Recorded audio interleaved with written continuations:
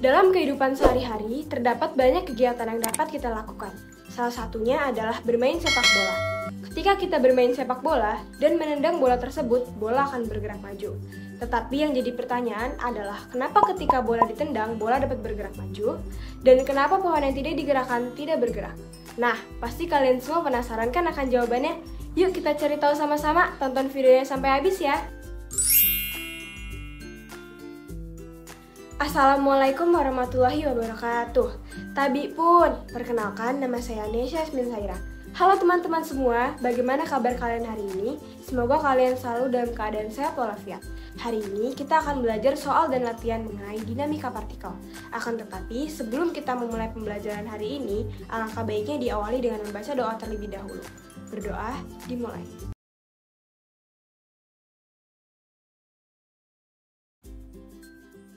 Berdoa selesai. Dalam kehidupan sehari-hari, banyak sekali kondisi-kondisi benda di mana benda itu akan tetap mempertahankan kedudukannya. Seperti contoh, batang pohon dan batu. Ketika tidak ada gaya yang bekerja pada benda tersebut, maka benda tersebut akan cenderung tetap diam. Contoh lain adalah ketika sebuah mobil bergerak dengan kecepatan konstan dan tidak ada tambahan gaya apapun, maka mobil tersebut akan tetap selalu bergerak dengan kecepatan konstan. Nah, kondisi-kondisi benda tersebut merupakan kondisi inersia. Inersia merupakan kondisi di mana benda yang diam akan tetap diam, benda yang bergerak akan tetap bergerak dengan kecepatan konstan sampai ada gaya yang mempengaruhi. Nah, teman-teman, berdasar pada pengertian tersebut terdapat kata gaya yang mempengaruhi. Gaya itu apa sih sebenarnya? Gaya merupakan dorongan atau tarikan yang diberikan terhadap suatu benda. Efek yang timbul dari gaya adalah perubahan gerak, perubahan kecepatan, dan perubahan bentuk benda. Jadi apa sih kaitannya dinamika partikel dengan gaya? Dinamika partikel adalah ilmu yang membahas tentang gaya-gaya yang menjadikan suatu partikel yang semulanya diam menjadi bergerak, atau gaya yang dapat mempercepat atau memperlambat gerak suatu partikel. Lalu, bagaimana kaitannya dinamika partikel dan hukum Newton? Hukum Newton adalah hukum yang digunakan untuk menganalisis berbagai masalah dinamika partikel seperti gerak pada bidang datar, bidang miring, sistem katrol, serta masalah lainnya. Hukum Newton terbagi menjadi 3, yaitu hukum Newton 1, hukum Newton 2, dan hukum Newton 3. Hukum Newton yang pertama rumusnya adalah sigma F sama dengan 0 atau resultan gayanya sama dengan 0. Hukum Newton 1 berbunyi bahwa sebuah benda yang diam akan tetap diam, atau benda yang bergerak lurus beraturan akan tetap bergerak dengan kecepatan konstan jika resultan gaya pada benda itu sama dengan 0. Artinya, benda yang mengalami resultan gaya sama dengan 0 akan tetap diam jika awalnya diam, atau tetap bergerak konstan jika awalnya memiliki kecepatan yang gerak lurus beraturan. Lalu, mengapa saat bergerak lurus beraturan sigma F sama dengan 0? Karena kecepatannya konstan tentu akan menghasilkan nilai percepatan 0. Selanjutnya, hukum kedua Newton. Rumusnya adalah sigma F sama dengan M, yaitu massa benda dikalikan dengan A, yaitu percepatan atau perlambatan benda. Hukum kedua Newton berbunyi, jika suatu benda mendapatkan gaya, maka benda tersebut akan mengalami percepatan yang sebanding dengan resultan gaya dan berbanding terbalik dengan massanya. Jadi, semakin besar gayanya, tentu percepatan akan semakin besar, dan semakin besar masanya, maka percepatan akan semakin kecil. Maka, hukum kedua Newton berlaku untuk benda yang bergerak dipercepat atau diperlambat. Selanjutnya, hukum ketiga Newton. Rumusnya adalah sigma F aksi sama dengan negatif sigma F reaksi. Hukum ketiga Newton berbunyi, jika suatu benda diam diberikan gaya oleh benda lain, maka benda itu akan memberikan gaya juga pada benda tersebut dengan besar yang sama tetapi arahnya berlawanan. Melalui penjelasan-penjelasan sebelumnya, dapat ditarik kesimpulan bahwa dinamika partikel ada dalam beberapa macam. Berikut ini adalah jenis-jenis gaya dinamika partikel yang perlu teman-teman ketahui. Yang pertama adalah gaya berat atau gravitasi. Gaya berat yang dimaksud di sini disebabkan oleh gravitasi. Gaya gravitasi adalah gaya yang dilakukan oleh bumi terhadap setiap benda yang berada di permukaannya atau di dekatnya. Perlu diingat bahwa arah gaya berat ini selalu mengarah ke bawah menuju ke pusat bumi, meskipun pada bidang miring. Rumus gaya berat benda atau gaya gravitasi. W sama dengan M dikali G. W adalah gaya berat suatu benda atau Newton, M adalah massa benda atau kilogram, G adalah percepatan gravitasi atau M per S kuadrat. Yang kedua adalah gaya normal. Gaya normal merupakan gaya yang bekerja pada bidang dan arahnya tegak lurus dari bidang tersebut. Jika ada suatu benda yang diletakkan di atas suatu bidang tanpa ada gaya apapun dari luar, dengan kata lain benda tersebut diam, maka besar gaya normal sama dengan gaya berat bendanya. Rumus gaya normal adalah N sama dengan W sama dengan M dikali G. N adalah gaya normal, W adalah gaya berat benda, M adalah massa benda atau kilogram, G adalah percepatan gravitasi atau M per S kuadrat. Yang ketiga adalah G gesek. G gesek berarti gaya yang bekerja akibat adanya sentuhan antara kedua permukaan benda. Dengan adanya gaya gesek, maka benda yang bergerak akan memiliki hambatan. Ada dua jenis gaya gesek, yaitu gaya gesek kinetis dan gaya gesek statis. Gaya gesek yang pertama adalah gaya gesek kinetis. Gaya kinetis bekerja pada saat benda sedang bergerak. Besar gaya gesek kinetis merupakan hasil kali koefisien gaya gesek kinetis dengan gaya normal. Rumusnya adalah Fk sama dengan mu k dikali N. Fk adalah besar gaya gesek kinetis atau N, mu k adalah koefisien gesek kinetis, N adalah gaya normal atau N. Gaya gesek yang kedua adalah gaya gesek statis. Gaya gesek statis merupakan gaya yang bekerja pada benda diam. Besarnya gaya gesek statis merupakan hasil kali koefisien gesek statis dengan gaya normal. Rumusnya adalah Fs sama dengan mu s dikali N. Fs adalah besar gaya gesek statis, mu s adalah koefisien gesek statis, N adalah gaya normal. Yang keempat adalah gaya tegangan tali atau katrol. Gaya tegangan tali merupakan gaya yang bekerja pada tali ketika tali tersebut dalam keadaan tegang. Gaya tegangan tali dilambangkan dengan huruf T, dan satuannya adalah Newton. Arah gaya tegangan tali bergantung pada titik atau benda yang ditinjau. Rumus percepatan sistem pada katrol tegangan tali adalah sigma F sama dengan M dikali A. Sigma F adalah resultan gaya atau N. M adalah massa benda atau kilogram. A adalah percepatan benda atau M per S kuadrat. Yang kelima adalah gaya sentripetal. Gaya sentripetal merupakan gaya yang bekerja pada benda yang bergerak melingkar dengan arah selalu menuju pusat lingkaran. Gaya sentripetal berfungsi untuk mengubah arah gerak benda tanpa mengubah besar kecepatan linearnya. Tanpa adanya gaya sentripetal, maka suatu benda tidak akan mungkin bisa bergerak melingkar. Rumus gaya sentripetal adalah Fs sama dengan M dikali As. Fs adalah gaya sentripetal atau N, M adalah massa benda atau kilogram, As adalah percepatan sentripetal atau M per S kuadrat. Nah, gimana? Setelah mendengar penjelasan sebelumnya, ternyata materi dinamika partikel cukup mudah ya. Untuk mengasah pengetahuan teman-teman tentang materi dinamika partikel, yuk kita sama-sama mengerjakan soal yang akan disajikan berikut ini. Soal pertama, perhatikan informasi berikut ini. 1. Benda X terus bergerak dengan kecepatan tetap. 2. Benda X bergerak dengan kecepatan yang menurun.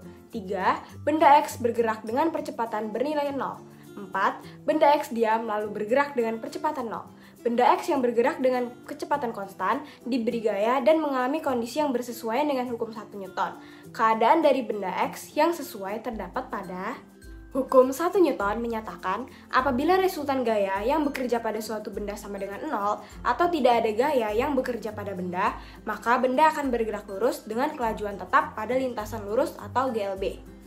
Jika benda X pada awalnya bergerak dengan kecepatan konstan, benda tersebut akan tetap bergerak dengan kecepatan yang tidak berubah atau percepatan menjadi nilainya 0. Dari keempat pilihan di atas, yang paling tepat adalah nomor 1 dan nomor 3.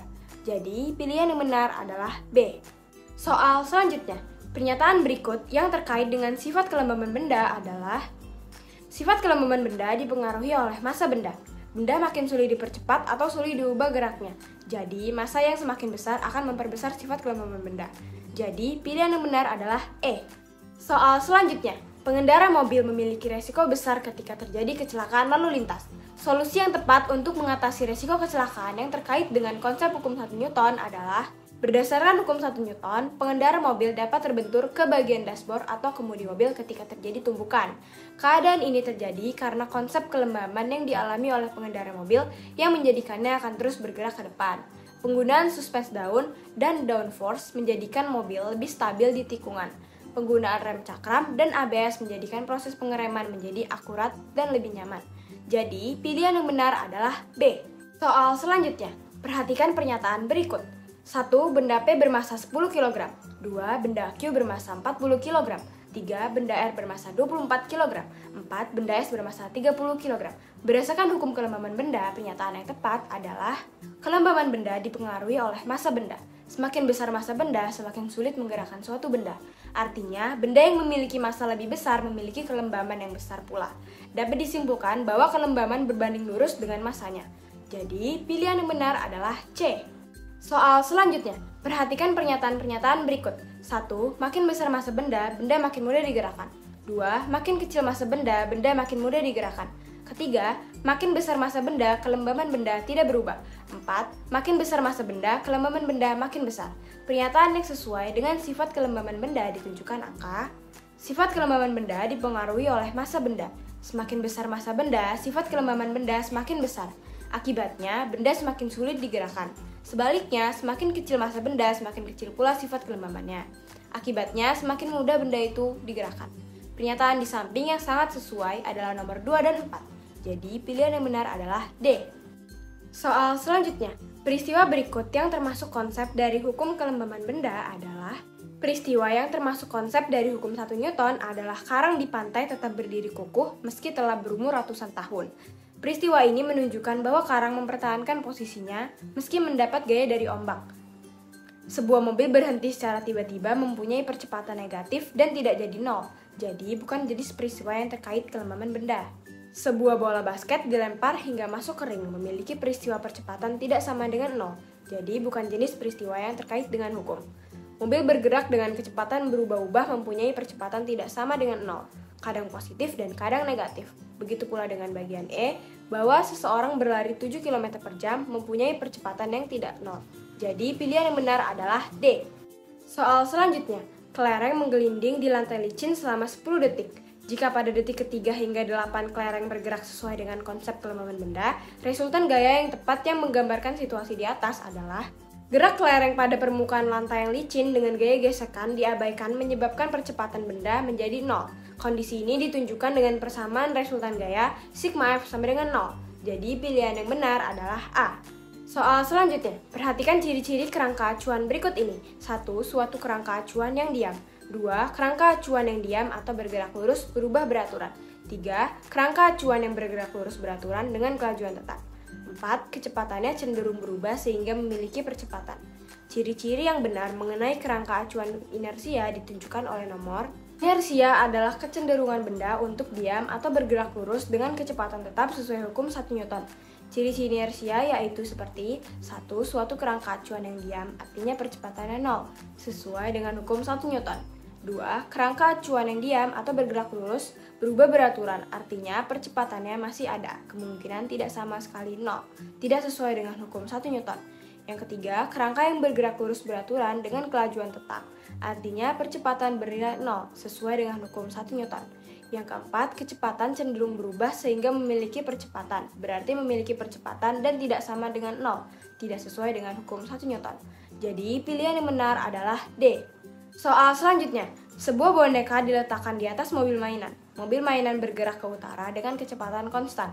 Ketika mobil mainan menabrak batu bata, keadaan boneka tersebut adalah setiap benda memiliki sifat kelembaban, yaitu kecenderungan benda mempertahankan posisinya atau keadaannya. Ketika mobil mainan menabrak batu bata, mobil mainan akan terhenti, sedangkan boneka akan terlempar searah dengan gerak mobil semula. Boneka akan terlempar ke utara. Jadi, pilihan yang benar adalah B. Perhatikan gambar berikut ini. Apa yang akan terjadi apabila benda di gambar tersebut diberi gaya yang menghasilkan resultan gaya bernilai 0? Benda yang diberi gaya dan menghasilkan resultan gaya bernilai 0 dapat dirumuskan dengan sigma F sama dengan 0. Akibat dari nilai resultan bernilai 0 menyebabkan benda akan memiliki percepatan 0. Jika keadaan bola semula diam, bola akan terus tetap diam, karena tidak ada perubahan kecepatan dari bola akibat dari percepatan bola yang bernilai. Jadi, pilihan benar adalah E. Soal selanjutnya, kardus-kardus berisi baju diletakkan di bak mobil barang. Koefisien gesekan statis antara kardus dengan bak mobil adalah 0,25. Hitunglah percepatan maksimal mobil barang tersebut agar kardus-kardus tidak bergeser dari tempatnya. Kemudian, tinggal kita tuliskan saja rumusnya. Sigma F sama dengan 0. F dikurang Fs sama dengan 0. Fs sama dengan F. Mu Sn sama dengan Ma. Mu S dikali Mg sama dengan Ma. 0,25 dikali 9,8 sama dengan A. A sama dengan 2,45 M per S kuadrat. Jadi pilihan yang benar adalah A. Gimana? Mudah kan? Soal selanjutnya. Sebuah elevator bergerak naik dengan percepatan 2 m per s kuadrat. Apabila percepatan gravitasi bumi 9,8 m per s kuadrat dan tegangan kabel 23.600 Newton, massa elevator sebesar. Pertama-tama tuliskan yang diketahui dari soal, yaitu A sama dengan 2 m per s, G sama dengan 9,8 m per s kuadrat, T sama dengan 23.600 Newton. Yang ditanya adalah M. Arah pergerakan elevator adalah sebagai berikut. Sigma F sama dengan M dikali A. T dikurang W sama dengan M dikali A. W ditambah M dikali A sama dengan T. M dikali G ditambah M dikali A sama dengan T. M sama dengan T per G ditambah A sama dengan 23.600 per 9,8 ditambah 2. 23.600 per 11,8. M sama dengan 2.000 kg. Jadi pilihan yang benar adalah A. Soal selanjutnya. Sebuah mobil bermassa 2.500 kg bergerak dengan kecepatan 30 m per s. Pada jarak 200 m di depan mobil, seorang ibu sedang menyeberang jalan.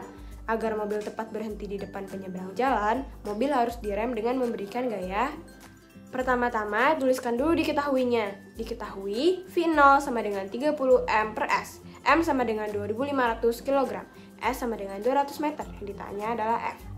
Vt kuadrat sama dengan V0 kuadrat ditambah 2AS. 0 sama dengan 30 kuadrat ditambah 2A kali 200. 400A sama dengan min 900. A sama dengan min 2,25. Itu menunjukkan mobil mengalami perlambatan.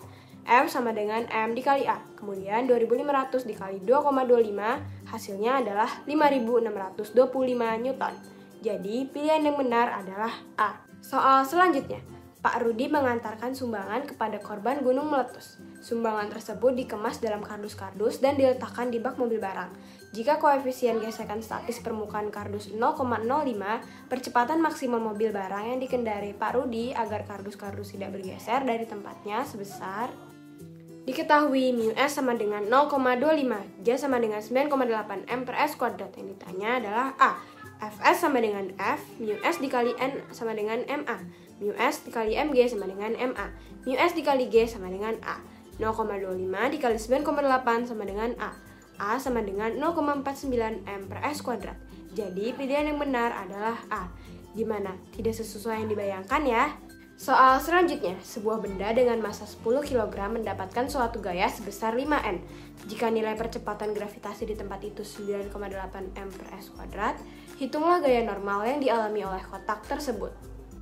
Diketahui M sama dengan 10 kg, M sama dengan 5 Newton, G sama dengan 9,8 m per s kuadrat. Yang ditanya adalah N. Jawaban, sigma F sama dengan 0, N dikurang F dikurang W sama dengan 0. N sama dengan F ditambah W, sama dengan 5 ditambah 10 dikali 9,8. N sama dengan 103 Newton. Jadi pilihan yang benar adalah D. Soal selanjutnya, balok bermassa 5 kg diletakkan di atas bidang miring dalam posisi diam dengan gravitasi bumi yaitu sebesar 9,8 m per s kuadrat. Dan terbentuklah sudut 37 derajat, maka tentukanlah gaya normal yang bekerja pada balok tersebut. Diketahui M sama dengan 5 kg, G sama dengan 9,8 m per s kuadrat, sin 37 derajat sama dengan 0,6. Yang ditanya adalah N. 5 dikali 9,8 dikali cos 37 derajat. N sama dengan 39,2 Newton. Jadi pilihan yang benar adalah E. Soal selanjutnya. Diketahui terdapat dua buah benda yang masing-masing bermassa 3 kg dan 2 kg, dihubungkan dalam sebuah katrol. Apabila koefisien gerak kinetis balok A pada lantai 0,2, berapakah percepatan sistem bila gravitasi senilai 9,8 m per s kuadrat? Diketahui MA sama dengan 3 kg, MB sama dengan 2 kg, mu K sama dengan 0,2, G sama dengan 9,8 m per s kuadrat. Yang ditanya adalah A. Sigma Fx sama dengan sigma M dikali A. WB dikurang Fk sama dengan MA ditambah MB dikali A. A sama dengan MB dikali G dikurang mu K dikali MA dikali G per MA ditambah MB. A sama dengan 2 kali 10 minus 0,2 dikali 3 dikali 10 per 3 ditambah 2 sama dengan 20 dikurang 6 per 5. A sama dengan 2,8 M per S kuadrat. Jadi pilihan yang benar adalah B. Soal selanjutnya. Kotak kayu dengan massa 10 kg berada di bidang miring dengan sudut 45 derajat. Jika gaya gravitasi 9,8 M per S kuadrat, maka hitunglah gaya normal dari kotak kayu tersebut. Ketahui M sama dengan 10 kg, G sama dengan 9,8 M per S kuadrat, W sama dengan M dikali G, sama dengan 10 dikali 9,8 sama dengan 98 Newton. Yang ditanya adalah N. Sigma F sama dengan 0. N dikurang W dikali cos delta sama dengan 0, sama dengan 98 dikali cos 45 derajat, sama dengan 98 dikali 1/2 akar 2. N sama dengan 49 akar 2 Newton. Jadi pilihan yang benar adalah A. Wah teman-teman, tidak terasa kita sudah menjawab 20 soal pilihan ganda. Untuk lebih memahami aplikasi soal pada dinamika partikel, yuk kita kerjakan soal esainya yaitu sebagai berikut. Soal pertama. Hukum 1 Newton sering disebut sebagai hukum kelembaban benda. Bunyi hukum 1 Newton yaitu apabila resultan gaya yang bekerja pada suatu benda sama dengan 0 dan tidak ada gaya yang bekerja pada benda, maka benda akan bergerak terus dengan kelajuan tetap pada lintasan lurus atau GLB atau tetap diam. Soal kedua. Dalam hukum 2 Newton terdapat rumus F sama dengan M dikali A. Apakah F tersebut? Hukum 2 Newton menyatakan bahwa percepatan yang bekerja pada suatu benda sebanding dengan resultan gaya dan berbanding terbalik dengan massa benda. Secara sistematis, hukum 2 Newton dinyatakan sebagai berikut. A sama dengan F dibagi M, di mana A merupakan percepatan atau M per S kuadrat, F merupakan resultan gaya atau N, dan M merupakan massa benda atau kilogram. Soal ketiga, gaya aksi reaksi merupakan pembahasan hukum Newton Gaya aksi reaksi merupakan penjelasan daripada hukum 3 Newton, di mana Newton menjelaskan bahwa 1. Pasangan aksi reaksi hadir jika dua benda berinteraksi. 2. Aksi reaksi bekerja pada dua benda yang berbeda. 3. Aksi reaksi sama besar tetapi berlawanan arah. Maka hukum 3 Newton dapat dinyatakan F reaksi sama dengan F aksi.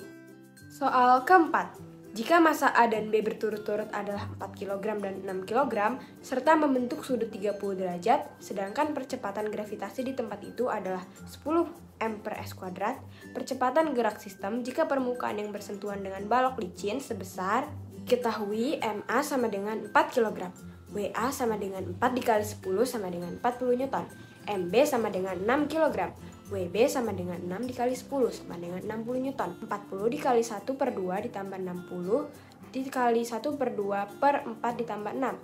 20 ditambah 30 per 10. A sama dengan 5 M per S kuadrat. Jadi percepatan gerak sistem sebesar 5 ms kuadrat. Soal terakhir, diketahui sebuah balok bermassa 50 kg yang diberi gaya sebesar 100 Newton dan membentuk sudut 30 derajat. Maka gaya normal yang dikerjakan lantai pada kotak sebesar, diketahui M sama dengan 50 kg, F sama dengan 100 Newton. Yang ditanya adalah N. N ditambah F dikali sin 30 derajat min W sama dengan 0. N sama dengan W dikurang F dikali sin 30 derajat.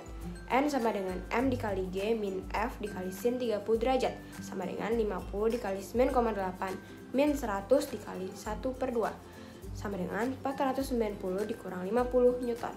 N sama dengan 440 Newton. Jadi besar gaya normal pada benda sebesar 440 Newton.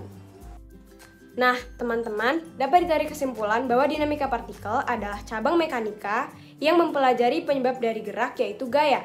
Gaya adalah suatu tarikan atau dorongan yang diberikan oleh seseorang terhadap benda sehingga benda itu dapat bergerak baik bergerak konstan maupun diam. Setelah mempelajari aplikasi soal tentang dinamika partikel, semoga teman-teman paham dan mengerti ya. Jangan lupa untuk selalu belajar dan baca buku. Sekian penjelasan dari saya akhiri. Wassalamualaikum warahmatullahi wabarakatuh.